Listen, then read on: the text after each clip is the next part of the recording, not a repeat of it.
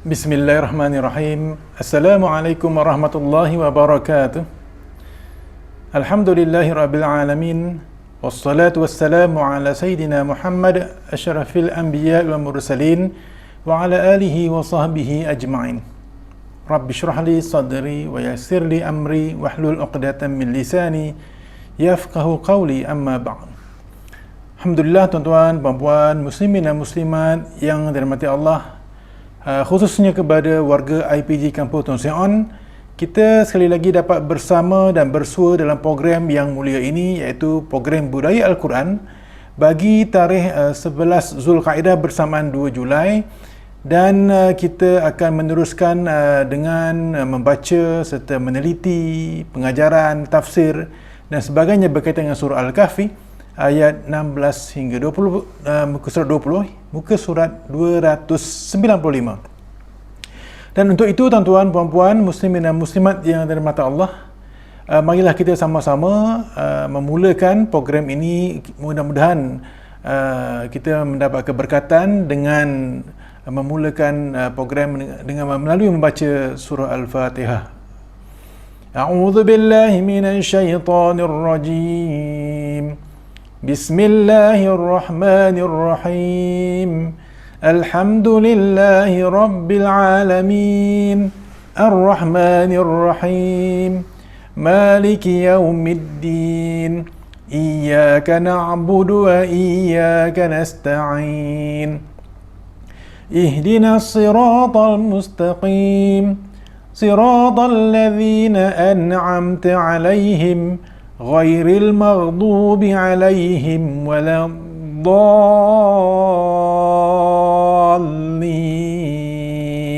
Amin. Alhamdulillah. Dan bagi warga IPG Kampus Tun Seng On, boleh mendaftar kehadiran tuan-tuan dengan klik pada pautan yang disediakan di bawah tajuk video YouTube SPL KPM. Dan kita akan kali ini bacaan bagi surah Al-Kahfi ayat 16 hingga 20, muka surat 295. Kita akan dipimpin sekali lagi oleh Al-Fadhil Ustaz M. Asrar bin Sidon. Jadi dipersilakan Ustaz untuk memimpin bacaan surah Al-Kahfi ayat 16 hingga 20. Silakan Ustaz. أعوذ بالله من الشيطان الرجيم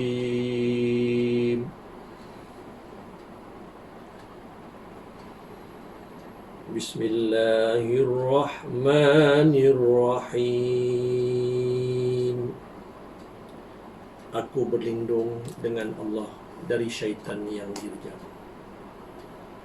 Dengan nama Allah yang Maha Pemurah lagi Maha Pengasihani.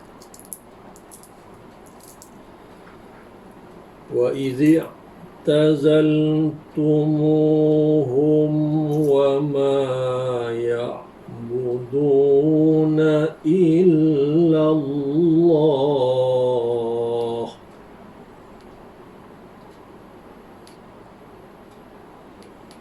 وَمَا يَعْبُدُونَ إِلَّا اللَّهَ إلى الكهف ينشر لكم ربكم من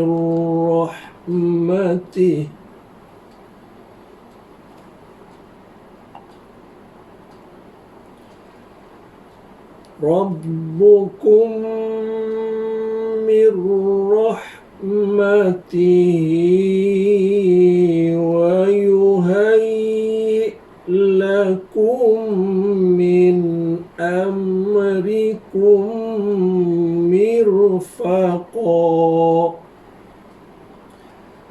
Dan oleh kerana kamu telah mengasingkan diri dari mereka dan dari apa yang mereka sembah yang lain dari Allah, maka pergilah kamu berlindung di gua itu, supaya Tuhan kamu melimpahkan dari rahmat-Nya kepada kamu dan menyediakan kemudahan-kemudahan untuk menjayakan urusan kamu dengan memberikan bantuan yang berguna.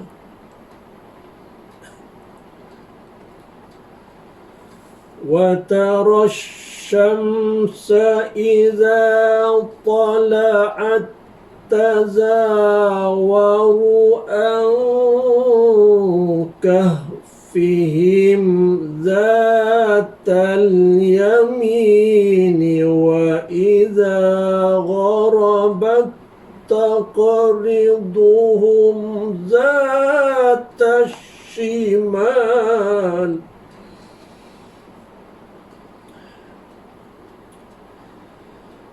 وإذا غربت تقرضهم ذات الشمال وهم في فجوة منه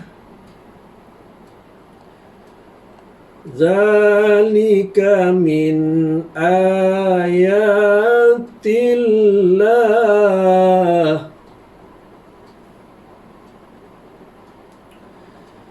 من يهد الله فهو المهتدي ومن يضلل فلن تجد له وليا مرشدا. Dan engkau akan melihat matahari ketika terbit cenderung ke kanan dari gua mereka, dan apabila ia terbenam meninggalkan mereka ke arah kiri, sedang mereka berada dalam satu lapangan gua itu. Yang demikian ialah dari tanda-tanda yang membuktikan kekuasaan Allah. Sesiapa yang diberi hidayah petunjuk oleh Allah, maka dialah yang berjaya mencapai kebahagiaan. Dan sesiapa yang disesatkannya, maka engkau tidak sekali-kali akan beroleh sebarang penolong yang dapat menunjukkan jalan yang benar kepadanya. وَتَحْسَبُهُمْ أَيْقَاظًا وَهُمْ رُقُودٌ وَنُقَلِّبُهُمْ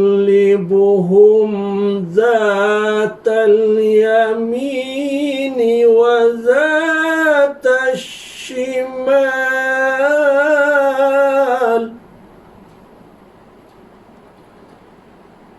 وَكَلْبُهُمْ بَاسِطٌ ذِرَاعَيْهِ بِالْوَصِيدِ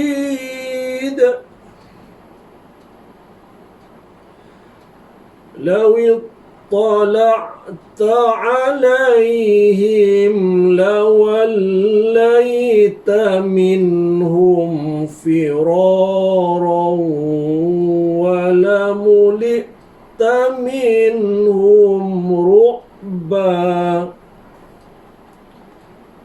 Dan engkau sangka mereka sedar, padahal mereka tidur, dan kami balik-balikkan mereka dalam tidurnya ke sebelah kanan dan ke sebelah kiri, sedang anjing mereka menghulurkan dua kaki depannya dekat pintu gua. Jika engkau melihat mereka, tentulah engkau akan berpaling melarikan diri dari mereka, dan tentulah engkau akan merasa sepenuh-penuh gerun takut kepada mereka.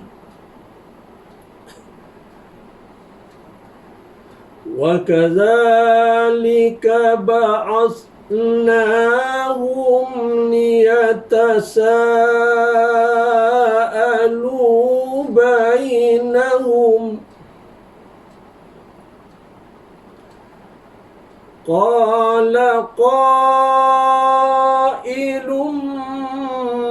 مِّنْهُمْ كَمْ لَبِثْتُمْ قَالُوا لَبِثْنَا يَوْمًا أَوْ بَعْضَ يَوْمٍ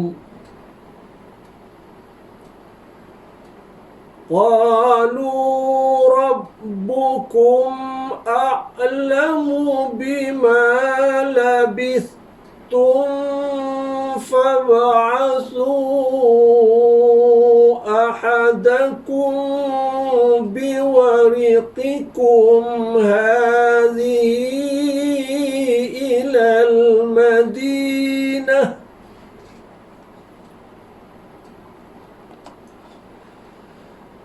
فابعثوا أحدكم بورقكم هذه إلى المدينة فلينظر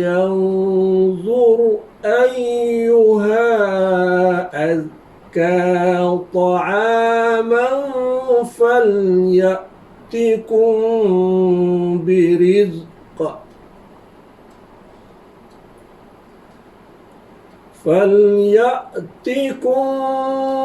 برزق منه وليتلطف ولا يشعرن بكم أحدا. Dan demikianlah pula kami bangkitkan mereka dari tidurnya, supaya mereka bertanya-tanyaan sesama sendiri. Salah seorang di antaranya bertanya, "Berapa lama kamu tidur?" Sebahagian dari mereka menjawab, "Kita telah tidur selama sehari atau sebahagian dari sehari." Sebahagian lagi dari mereka berkata, "Tuhan kamu lebih mengetahui tentang lamanya kamu tidur. Sekarang utuslah salah seorang dari kamu membawa wang perak kamu ini ke bandar. Kemudian biarlah dia mencari dan memilih mana-mana jenis makanan yang lebih baik lagi halal yang dijual di situ. Kemudian hendaklah ia membawa untuk kamu sedikit habuan daripadanya. Dan hendaklah ia berlemah lembut dengan bersungguh-sungguh semasa di bandar. Dan janganlah dia melakukan sesuatu yang menyebabkan sesiapa pun menyadari akan hal kamu. Innahum in yadhharu alaikum yarjumukum aw yu'idukum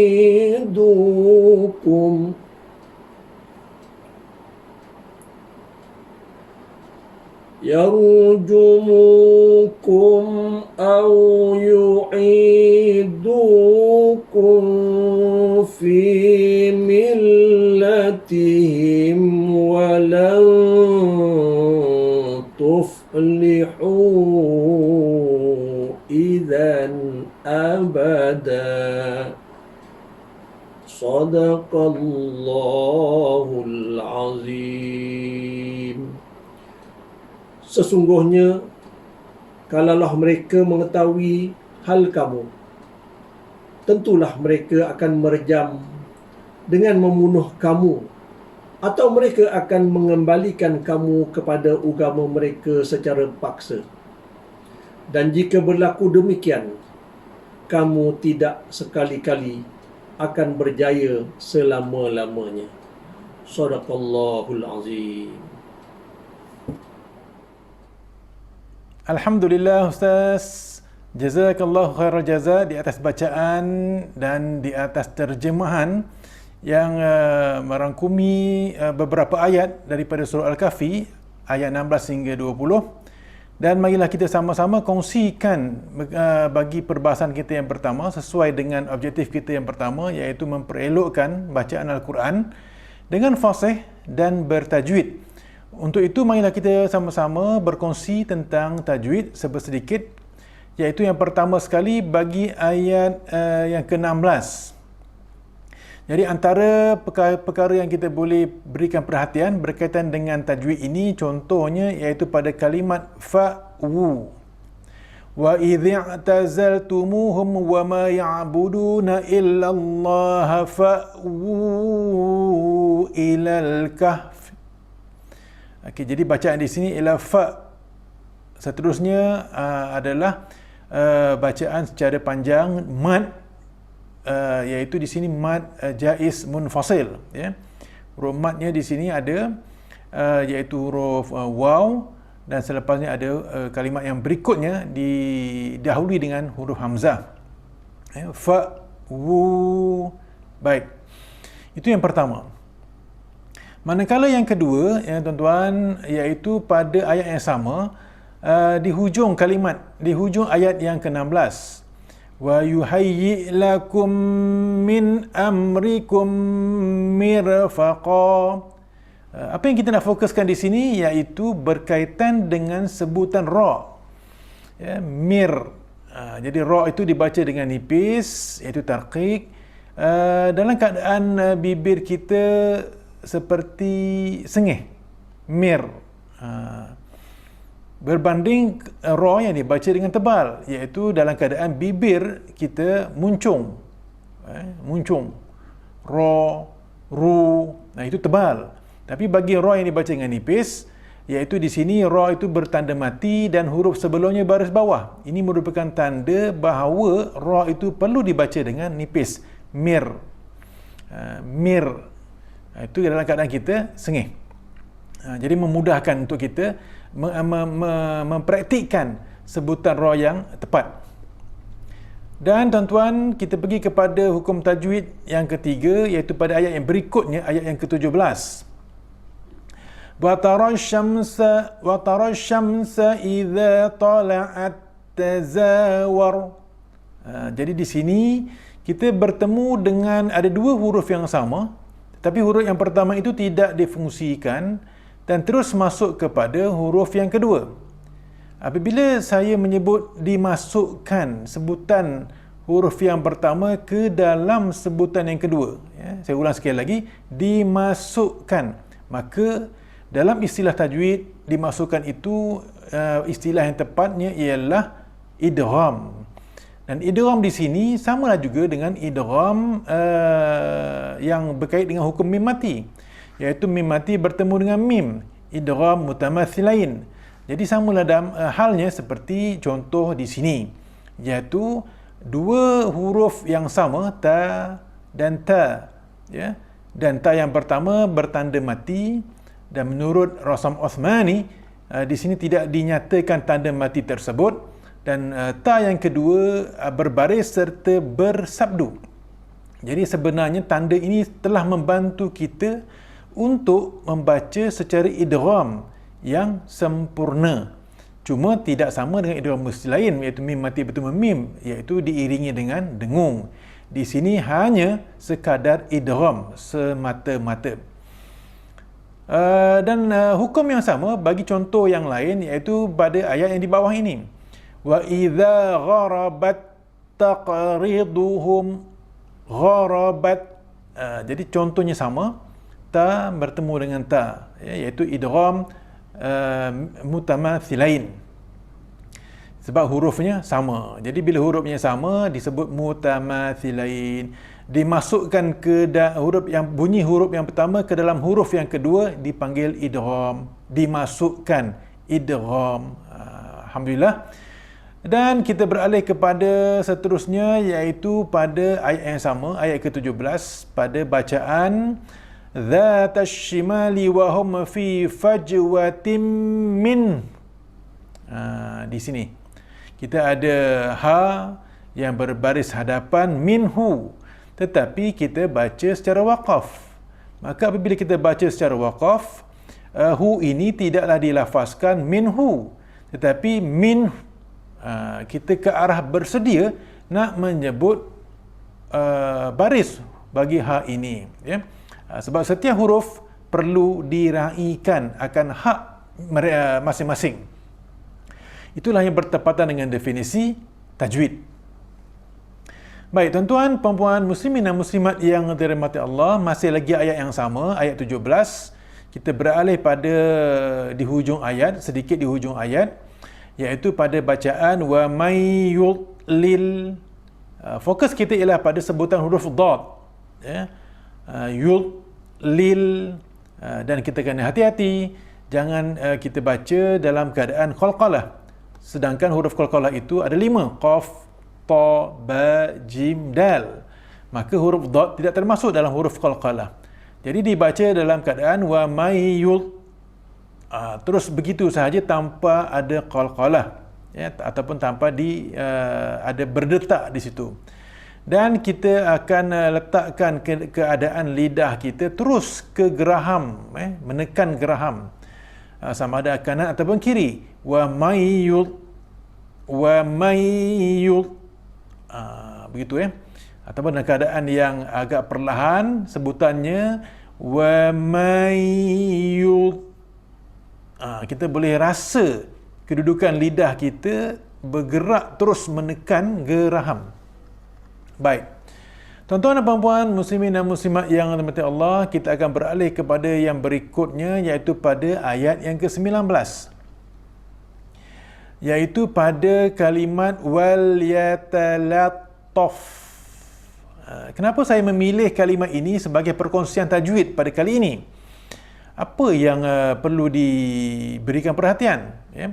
Iaitu pada sebutan lam di atas la, wal. Okey, kalau kita sebut satu-satu, wal ya ta la taf, wal ya ta la taf. Okey, baik, mari kita baca secara bersambung dan secara bacaan yang sempurna. Wal yatalattaf. Sekali lagi, wal yatalattaf. Maka apa yang perlu diberi perhatian ialah pada sebutan lam, iaitu jangan sampai kepada bunyinya bertukar kepada la. Wal yatalattaf, gara-gara nak pergi kepada sebutan ta. Ta memang dah begitu keadaannya, iaitu dalam keadaan yang agak tebal sebutannya, seolah-olah hampir penuh sebutan dalam mulut. Tetapi lam ini sebutannya adalah jelas la, lam atas la. Wal yatalattaf, berbeza dengan sebutan yang salah pada lam. Wal yatalattaf, la, ta. Hati-hati tuan-tuan. Dan seterusnya kita akan pergi kepada, rupa-rupanya itu yang terakhir bagi perbincangan mengenai hukum tajwid, melibatkan hukum-hukum yang kita sedia maklum dari segi istilah-istilahnya dan sebagainya dari segi sebutan. Dan insya-Allah dengan bacaan yang dipimpin oleh saudara kita, sahabat kita Al-Fadhil Ustaz M. Asrar bin Sidun tadi, beserta dengan perkongsian tajwid ini, insya-Allah kita melalui ikhtiar dan usaha ini, Allah berkati dan bimbing kita mudah untuk kita baca ayat suci Al-Quran Karim dalam keadaan yang tepat, sempurna, sesuai dengan memberi hak-hak hukum tajwid, hak-hak setiap huruf bagi apa yang kita bacakan tadi, insya-Allah.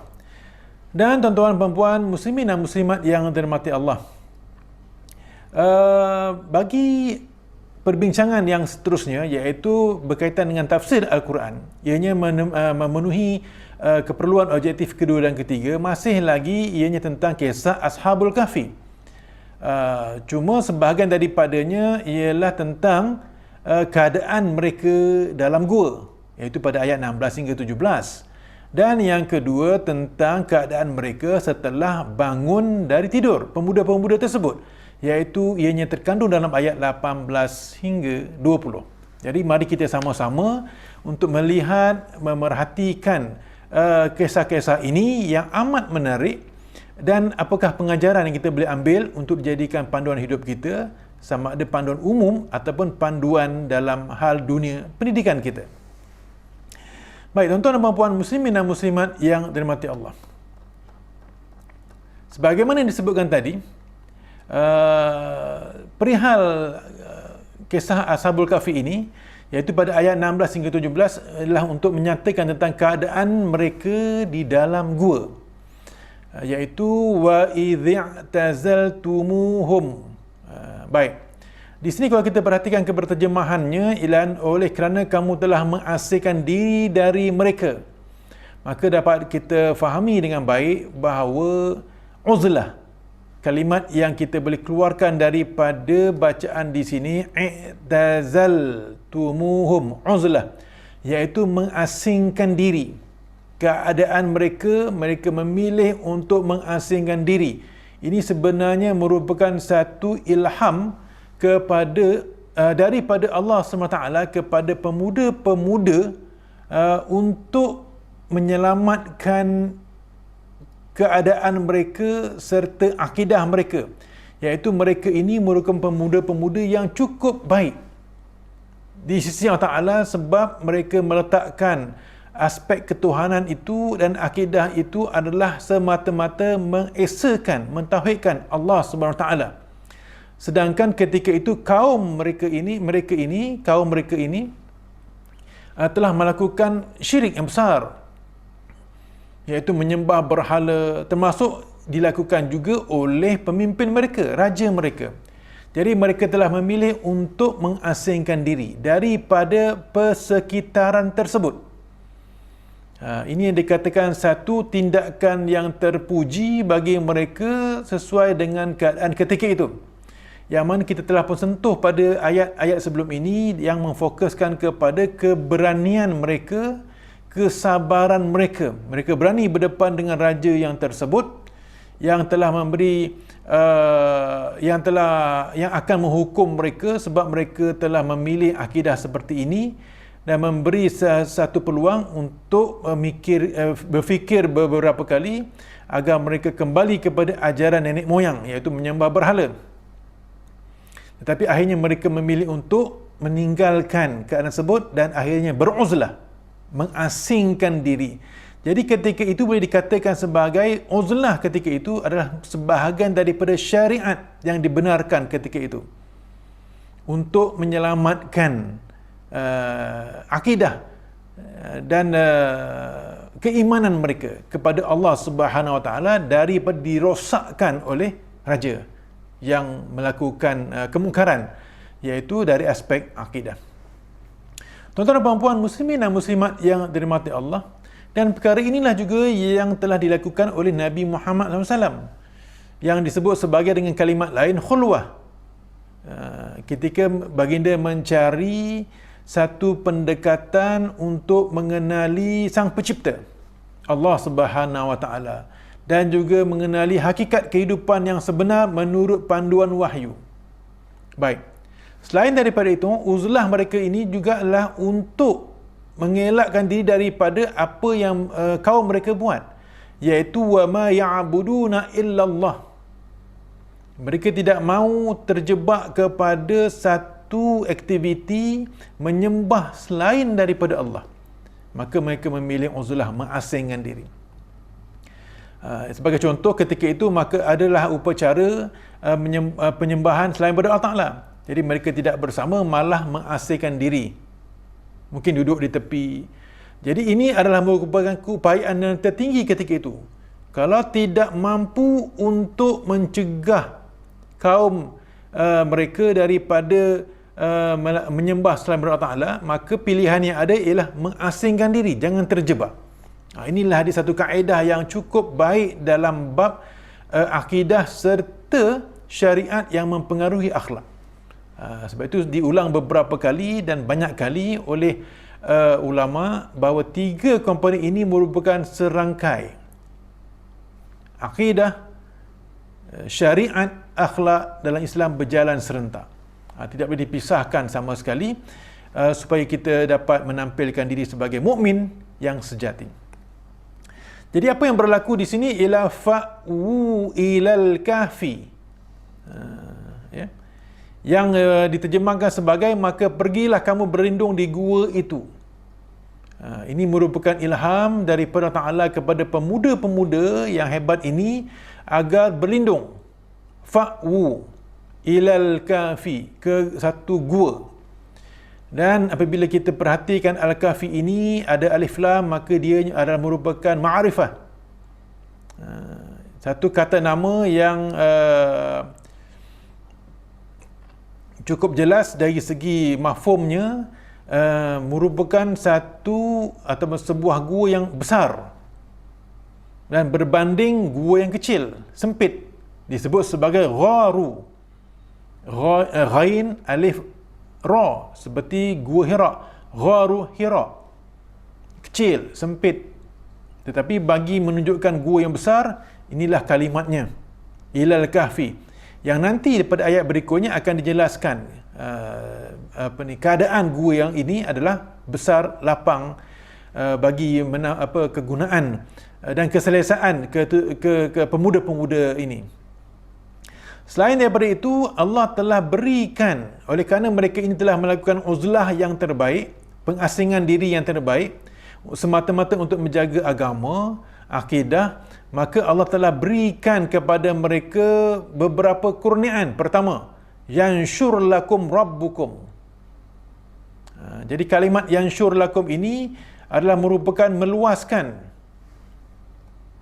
Diterjemahkan sebagai Allah memberi lempah dari rahmatnya kepada kamu, yanshur, satu kurniaan yang cukup mewah kepada mereka ketika itu, sesuai dengan keperluan mereka ketika itu, daripada Allah Subhanahu Wa Taala dalam bentuk rahmatnya. Sebab itu tuan-tuan, kita ini amat bergantung kepada rahmat Allah Subhanahu Wa Taala. Tanpa rahmat Allah ini, siapalah kita? Sebab itu kalau kita lihat kepada mereka ini, apa yang mereka buat ialah satu perkara, iaitu menyelamatkan diri daripada melakukan penyembahan selain daripada Allah Ta'ala.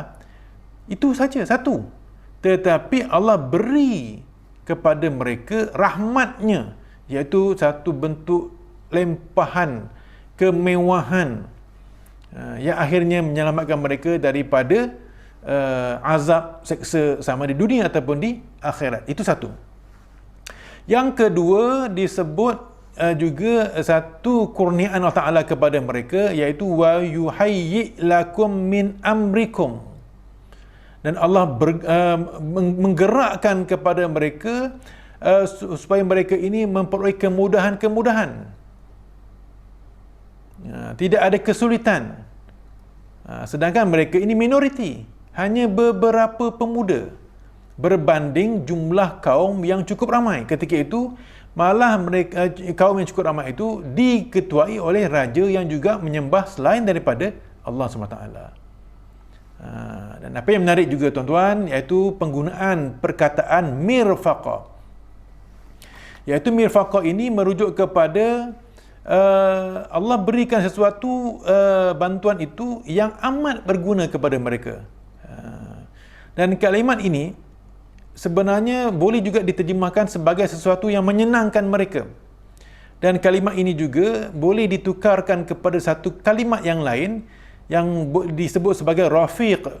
Sebagai contoh, dalam rajah di hadapan ini,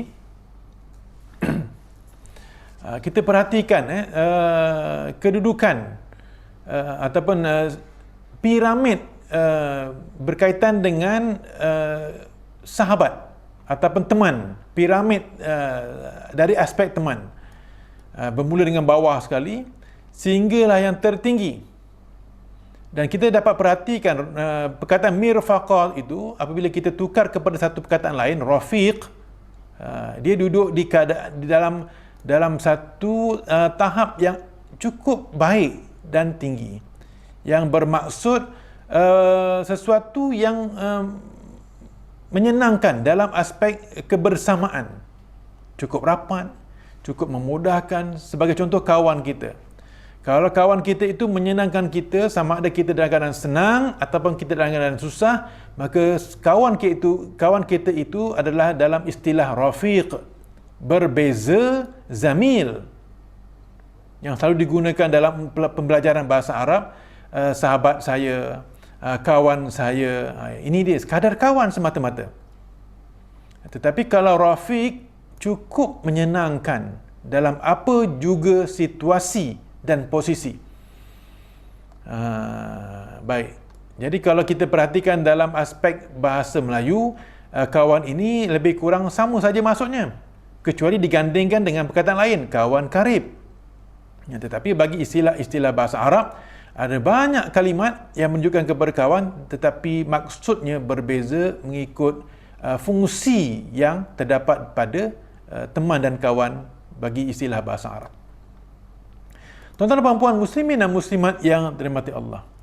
Inilah dia, ya, keadaan mereka sebagai permulaan nak cerita bahawa mereka ini berada dalam gua dan bagaimana mereka boleh terjebak untuk berada dalam gua bagi menyelamatkan diri daripada buruan raja yang sentiasa mencari mereka ini sebab mereka tidak seakidah dan ingin menghukum pemuda-pemuda ini.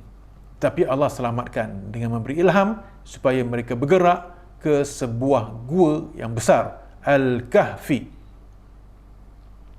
Tuan-tuan dan puan muslimin dan muslimat yang dirahmati Allah. Jadi marilah kita sama-sama cuba membayangkan diri untuk berada dalam gua ini ataupun persekitaran gua. Bagaimanakah ini boleh berlaku?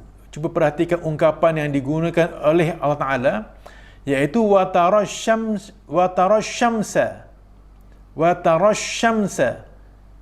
Jadi maksud terjemahan di sini ialah dan engkau wahai Muhammad akan melihat. Jadi Allah mengajukan ayat ini kepada Nabi Muhammad SAW. Engkau wahai Muhammad akan melihat, seolah-olah mengajak Nabi supaya berada di situasi tersebut. Jadi inilah yang menunjukkan satu uslub cukup mendalam, membawa kita ke dunia pemuda-pemuda ini. Kamu akan dapati matahari itu apabila ianya terbit cenderung ke kanan dari gua mereka. Jadi kita dapat bayangkan apabila kita diajak untuk berada dalam situasi tersebut dengan ungkapan yang cukup menarik dan mendalam implikasinya. Inilah dia uslub yang digunakan oleh Allah Ta'ala dalam pelbagai pendekatan dengan tujuan-tujuan yang tertentu.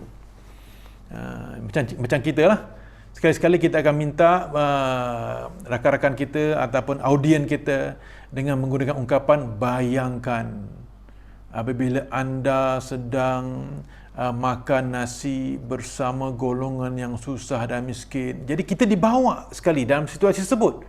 Jadi inilah yang digunakan oleh Allah SWT sebagai satu uslub yang cukup menarik. Itu satu. Jadi kita nak lihat satu lagi keadaan ialah itu matahari yang terbit. Apabila matahari terbit, ya, maka dalam keadaan cenderung ke kanan dari gua mereka. Itu satu, ketika terbit. Dan sekali lagi Allah menunjukkan kehebatannya apabila matahari terbenam dengan ungkapan wa idza gharabat. Tapi tidak ada hams kat sini sebab disabdukan wa idza gharabat taqriduhum dhat ashimal. Baik. Apabila matahari terbenam meninggalkan mereka ke arah kiri. Bila terbit cenderung matahari itu ke kanan dari gua. Apabila matahari terbenam meninggalkan mereka ke arah kiri. Baik. Apa yang nak dikatakan di sini ialah satu lagi kurniaan Allah SWT kepada pemuda-pemuda tersebut apabila mereka berada dalam gua. Faham sajalah. Bila berada dalam gua ini dia terlindung, gelap. Jadi semuanya dalam keadaan yang kelam, tidak nampak apa-apa, dalam keadaan yang menyempitkan perasaan, selain pada gelap, dan keadaan yang cukup-cukup sahaja keluasannya sesuai dengan 7 orang ini. Tetapi Allah memberi kelapangan kepada mereka dengan adanya cahaya yang tidak memudaratkan mereka. Maknanya cahaya itu tidak langsung terus ke dalam gua sepanjang siang hari yang menyebabkan berlaku kepanasan dalam gua, tetapi Allah berikan sedikit masuk ketika terbit, maknanya daripada pagi sehingga zuhur contohnya. Begitu juga ketika zuhur hingga maghrib, cahayanya juga adalah masuk sedikit untuk memberi keselesaan kepada pemuda-pemuda berada dalam gua sepanjang ditidurkan. Subhanallah. Bayangkan kita berada dalam sebuah rumah, ya, yang tidak ada tingkap, ya, kita akan masuk dalam keadaan gelap. Bayangkan kalau matahari menyuluh kita sepenuhnya daripada pagi, tengah hari ke malam, ataupun sebelum nak maghrib, maka kita akan gelisah kepanasan. Tetapi bayangkan kalau cahaya itu masuk sedikit, kita selesa, cerah pun cerah, dingin pun dingin. Inilah dia kekuasaan Allah Subhanahu wa taala, dan mereka ini wahum fi fajwatim minhum, yang diterjemahkan sebagai mereka berada dalam satu lapangan gua. Tidak ada kesulitan. Beberapa pemuda ini tidak berhimpitan, tidak ada masalah untuk pergerakan, dan sesuai dengan jumlah mereka. Inilah dia kurniaan Allah Ta'ala kepada pemuda-pemuda ini, yang juga disebut sebagai pemuda yang soleh. Baik, alhamdulillah tuan-tuan dan puan muslimin dan muslimat yang dirahmati Allah. Daripada ayat 16 sampailah ayat ke-17, Allah telah berikan satu kurniaan kepada mereka. Ini semua zalika min ayatillah, merupakan tanda-tanda kebesaran Allah Subhanahu Wa Taala. Cuba kita ulang semula. Pertama, mereka digerakkan ke gua, selamat daripada ancaman raja yang memburu mereka, sebab tidak seakidah dengan akidah raja yang menyembah selain daripada Ta'ala. Kedua, Allah berikan kelapangan rahmatnya. Ketiga, Allah memberikan kemudahan-kemudahan yang menyenangkan mereka. Keempat, dari segi aspek pencahayaan, tidak memudaratkan mereka sama ada sebelah pagi sampai tengah hari, ataupun daripada tengah hari sampai ke menjelang maghrib, dan mereka duduk dalam keadaan lapang.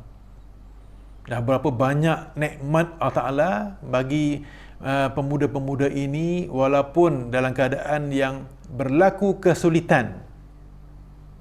Inilah dia habuan di dunia bagi orang yang bertakwa kepada Allah Subhanahu Wa Taala. Yang Allah rumuskan akhirnya, may yahdillahu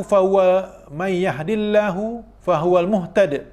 Siapa yang Allah berikan hidayah, mereka ini adalah merupakan orang yang mendapat kebahagiaan.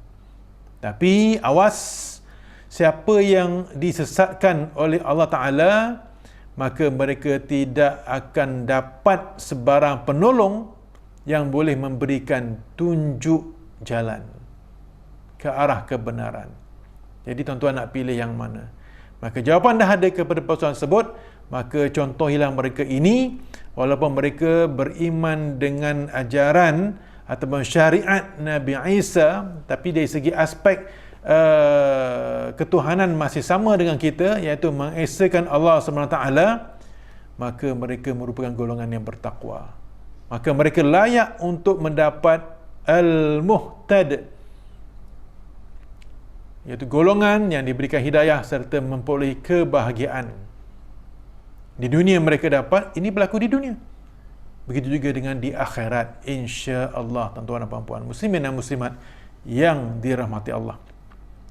Jadi itu adalah tentang kisah mereka, Ashabul Kahfi, pemuda-pemuda Ashabul Kahfi, dari aspek keadaan mereka dalam gua. Mari kita beralih kepada objektif yang berikutnya, iaitu kisah mereka ini setelah mereka bangun dari tidur. Jadi bermula dengan ayat yang ke-18, wa tahsabuhum aiqadhan wa hum ruqud. Jadi di sini sebenarnya masih lagi Allah hendak menyatakan kepada Nabi Muhammad SAW, tentu disangkakan pemuda-pemuda ini berjaga, aiqadha. Dan di sini ada beberapa tafsiran, antaranya ada yang disebut mereka ini macam tidur tapi matanya tak pejam, telinga sahaja ditutup oleh Allah Ta'ala, sebagaimana ayat-ayat yang kita telah baca pada minggu lepas. Jadi itu yang dikatakan aiqadha, berjaga.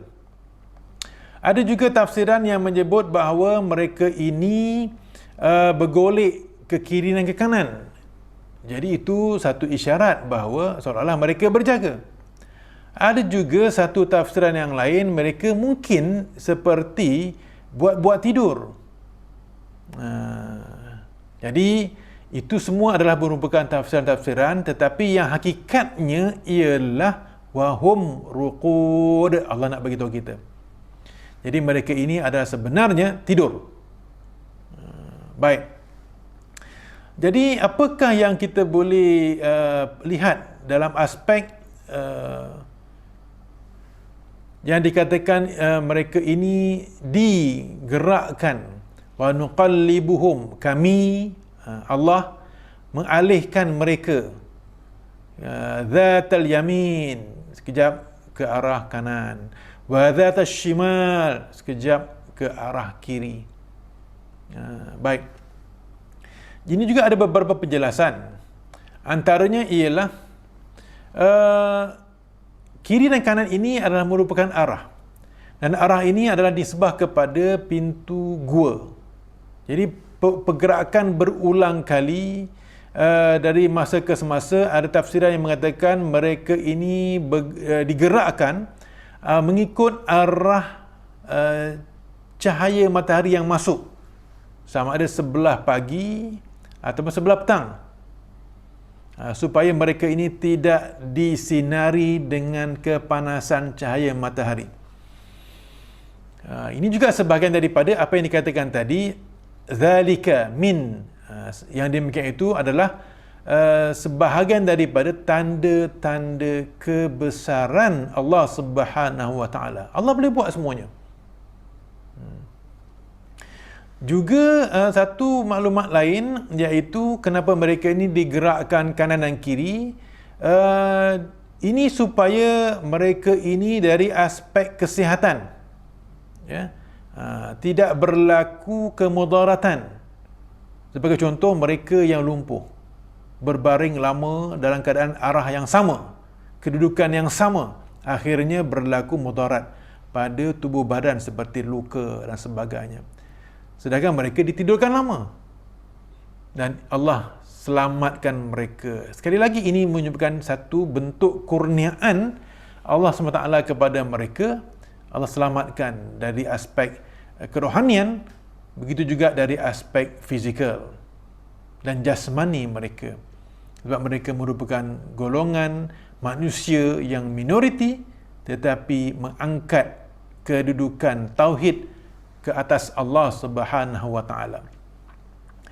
Tuan-tuan dan puan muslimin dan muslimat yang dirahmati Allah, selain daripada keadaan mereka itu dinyatakan oleh Allah Ta'ala, Allah nyatakan juga antara tanda kebesarannya ialah mengenai anjing mereka, seekor anjing mereka, wa kalbuhum.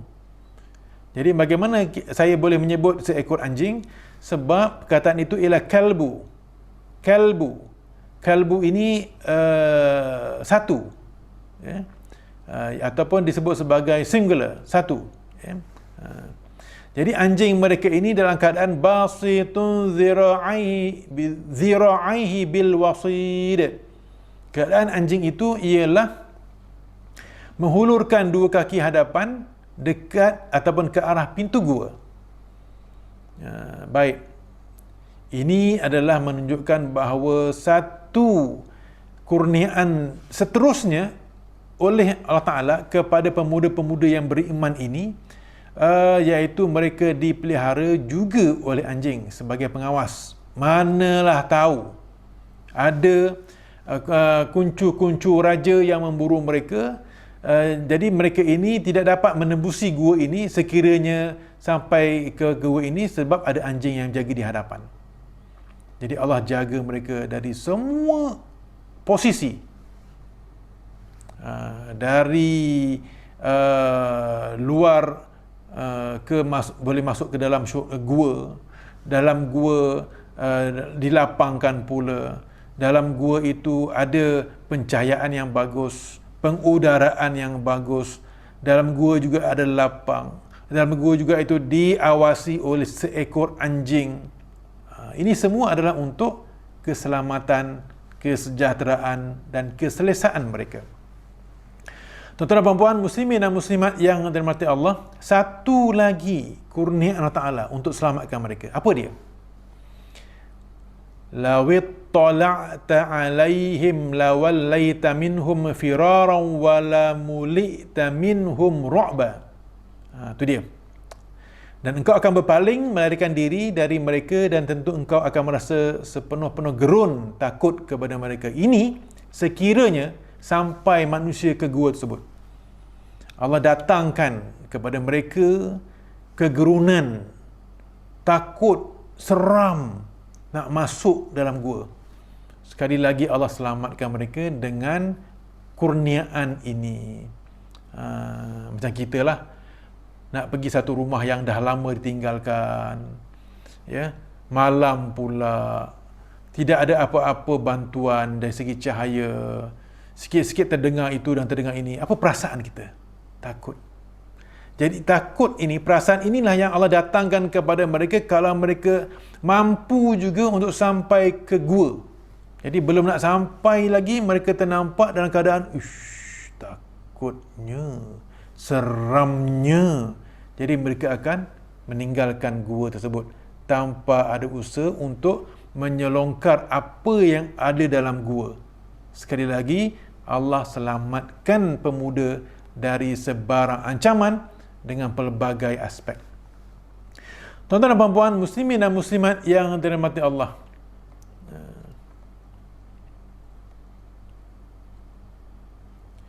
jadi inilah merupakan siri-siri kurniaan Allah Ta'ala kepada mereka pemuda-pemuda ini.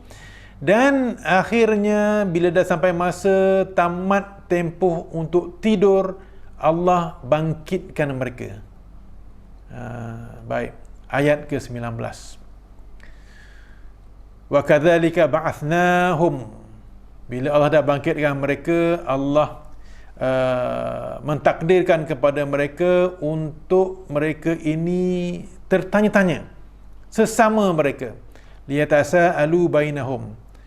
Antaranya ada yang cakap, kam labithtum, berapa lama kamu tidur?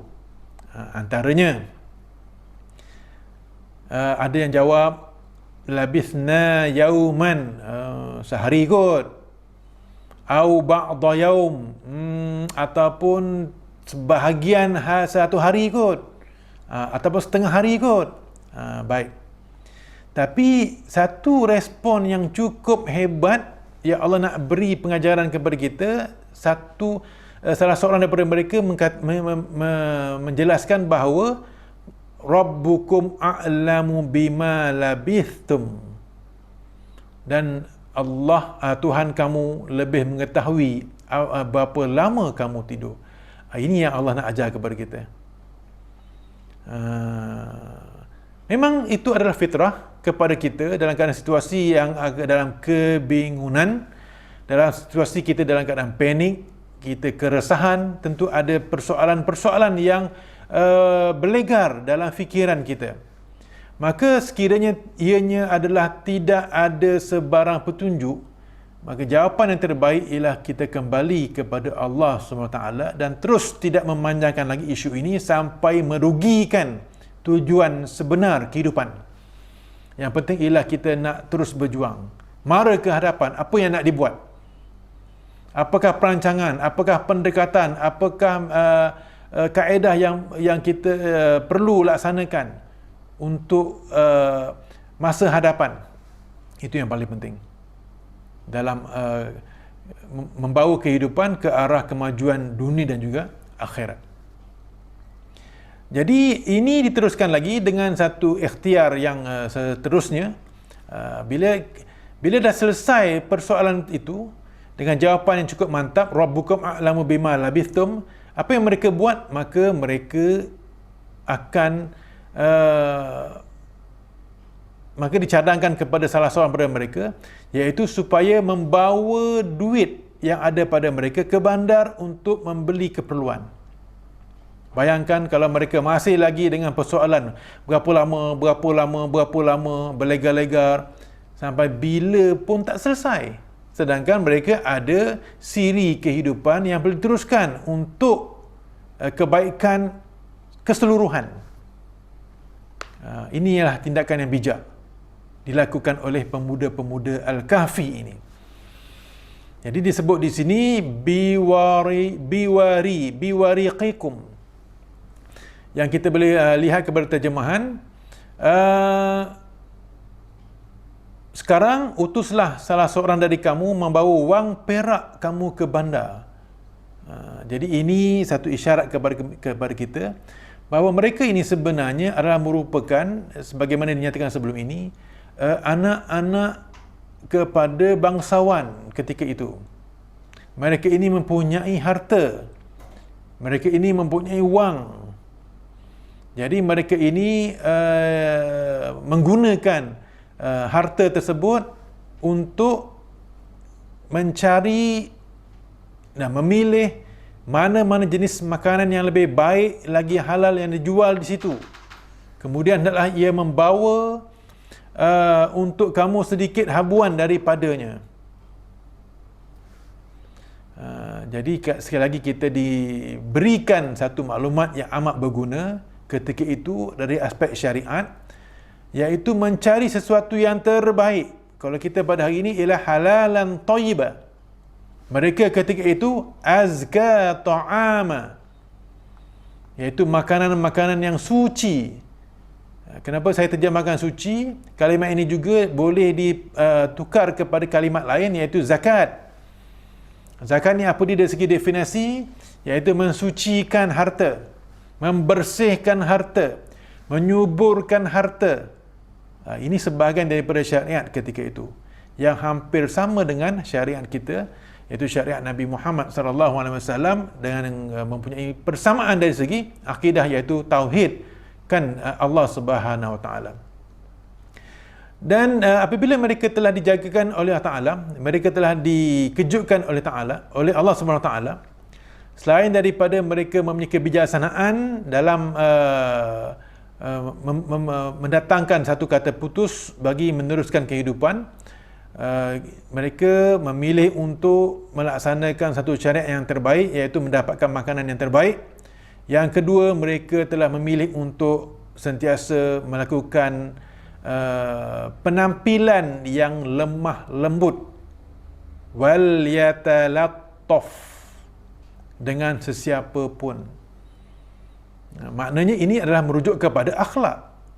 Wal yatalattaf. Jadi apabila mereka menggunakan duit perak tadi untuk mencari barang, bermuamalah, maka akhlak yang mereka tampilkan ialah wal yatalattaf, iaitu berlemah lembut dengan bersungguh-sungguh semasa di bandar untuk membeli makanan ataupun ketika bermuamalah. Dengan masa yang sama, wala yush'iranna bikum ahada, dan jangan ditunjukkan sesuatu yang menyebabkan sesiapa pun menyedari akan hal mereka. Satu strategi. Jadi mereka ini bukan sahaja merupakan pemuda-pemuda yang soleh, bukan sahaja merupakan pemuda-pemuda yang bertakwa, malah mereka ini merupakan pemuda-pemuda yang berakhlak dan bijaksana. Inilah dia intipati yang Allah ingin berikan pengajarannya kepada kita, umat Nabi Muhammad SAW, supaya kita mempunyai satu panduan yang jelas dalam kehidupan, iaitu sentiasa maju ke hadapan, dan elakkan daripada suka membuang masa dengan komunikasi-komunikasi yang langsung tidak ada memberi faedah, malah merugikan semua pihak. Tuan-tuan dan puan-puan, muslimin dan muslimat yang dirahmati Allah.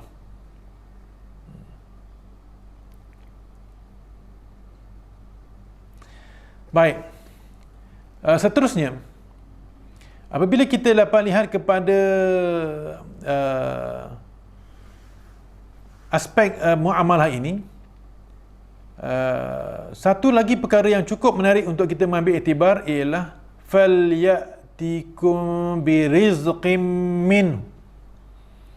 Jadi mereka ini mencari makanan yang terbaik. Seterusnya mereka diminta supaya mendapatkan daripada duit tersebut rezeki yang sesuai. Maknanya satu lagi akhlak mereka yang kita boleh kongsi di sini ialah membeli sekadar yang perlu. Sebab itu digunakan perkataan birizqin, rezeki. Jadi Allah beri rezeki kepada kita sesuai dengan keperluan kita. Jadi itu dikatakan satu bentuk muamalat yang berakhlak. Elakkan beli yang melampau, akhirnya membazir. Jadi inilah hemahnya mereka, berakhlaknya mereka, supaya ianya cukup-cukup memenuhi keperluan, yang akhirnya tidak menimbulkan keraguan di kalangan kaum mereka ketika itu terhadap mereka sendiri. Jadi katalah mereka ini beli yang agak melampau, yang akhirnya menyebabkan berlakunya satu tarikan kepada orang lain. Ish, banyaknya dia beli, kaya ni. Jadi itu menyebabkan keadaan mereka akhirnya berjaya dicerobohi. Sebab telah berlaku satu tarikan secara tidak langsung. Jadi apabila kita bersifat sederhana, segala-galanya boleh diselesaikan tanpa ada sebarang curiga. Dalam situasi ataupun konteks mereka ini, iaitu mereka dikelilingi oleh kaum yang menyembah selain daripada Allah SWT, yang akhirnya boleh menjejaskan keselamatan mereka. Baik, tuan-tuan dan puan muslimin dan muslimat yang dirahmati Allah, pentingnya perilaku mereka itu atas kesedaran mereka yang Allah berikan kepada mereka, iaitu mereka tahu, innahum iyadhaharu alaikum, kalau mereka ini menampilkan keadaan yang cukup luar biasa sehingga menarik perhatian orang lain ke atas mereka, maka kebimbangan mereka ialah yarjumukum, mereka ini barangkali akan direjam ataupun dibunuh oleh pemimpin serta kaum mereka yang menyembah selain daripada Allah. Maka itu satu tindakan yang sia-sia dari aspek penjagaan, pemeliharaan akidah, keimanan. Jadi mereka ini berfikir panjang. Satu pengajaran lain yang kita boleh ambil iaitu sentiasa berstrategi serta mempunyai visi, iaitu berfikiran panjang dalam membuat sesuatu tindak tanduk. Ataupun mereka ini juga, kalau mereka menzahirkan sesuatu yang luar biasa dengan tidak meletakkan nilai akhlak sebagai satu tunjang kehidupan, mereka ini mungkin barangkali dikembalikan kepada ajaran millah, fi millatihim, ajaran asal kaum mereka. Tidak menggunakan ungkapan din agama, tapi menggunakan millah, iaitu ajaran ataupun kefahaman ataupun kepercayaan. Sebab itu Allah menggunakan millah berbanding penggunaan din, iaitu agama.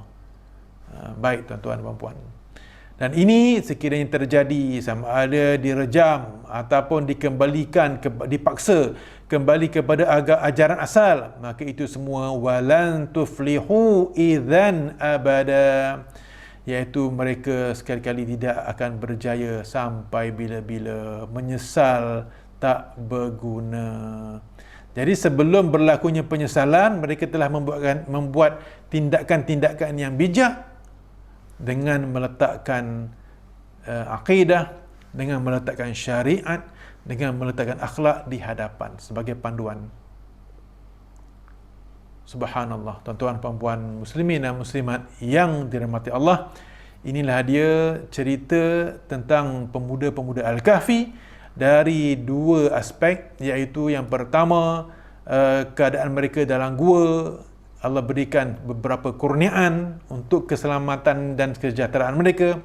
Allah berikan juga beberapa panduan setelah mereka dibangunkan dari tidur yang lama, mereka juga tetap diselamatkan oleh Allah Ta'ala. Jadi marilah kita ambil iktibar di sini, iaitu sentiasa meletakkan akidah di hadapan, akidah Islamiyah yang sebenar, sentiasa mengamalkan syariat Allah Ta'ala tetap di hadapan, dan yang tertinggi serta sentiasa menampilkan dalam diri kita ini akhlak-akhlak yang terpuji. Sama ada luaran ataupun dalaman, sama ada ketika orang nampak ataupun tak nampak, maka sentiasa kita mengekalkan ketiga-tiga komponen tadi bergerak selari, serentak. Tuan-tuan dan puan muslimin dan muslimat yang dirahmati Allah, jadi sekarang itu dahulu perbincangan kita berkaitan dengan ayat-ayat daripada surah Al-Kahfi ini, ayat 16 hingga 20, dari aspek tajwid, bacaan, dari aspek tafsir Al-Quran Al-Karim, dan mudah-mudahan kita mohon supaya Allah membimbing kita. Moga Allah merahmati kita dan memberkati kita selagi mana kita sentiasa berdamping dengan Al-Quranul Karim, insya-Allah. Jadi marilah kita sama-sama akhiri program ini dengan membaca doa khatam Al-Quran. Allahumma arhamna bil Quran waj'alhu lana imaman wa nuran wa hudan wa rahmah. Allahumma dzakirna minhu ma nusina wa 'allimna minhu ma jahilna warzuqna tilawatahu ana al-laili wa atrafan nahar waj'alhu lana hujjatan ya rabbal alamin. InsyaAllah tuan-tuan, puan-puan, muslimin dan muslimat yang dirahmati Allah, bagi warga IPG Kampus On, sekali lagi untuk daftar kehadiran, sila klik pada pautan yang disediakan di bawah tajuk video YouTube, iaitu kehadiran di SPL KPM. Dan untuk itu, terima kasih kepada ULDP serta JPL atas usaha tersebut. Mudah-mudahan Allah memberkati kita semua, dan yang baik itu daripada Allah Ta'ala, dan ada salah silap kami mohon maaf zahir dan batin. Dan akhir kalam, wabillahi taufiq wal hidayah. Wassalamualaikum warahmatullahi wabarakatuh. Subhanakallahumma wa bihamdika asyhadu an la ilaha illa anta astaghfiruka wa atubu ilaik. Bismillahirrahmanirrahim. Wal 'asr. Innal insana lafi khusr illa alladhina amanu wa 'amilus solihat wa tawasaw bil haqqi wa tawasaw bis sabr. Sadaqallahul azim.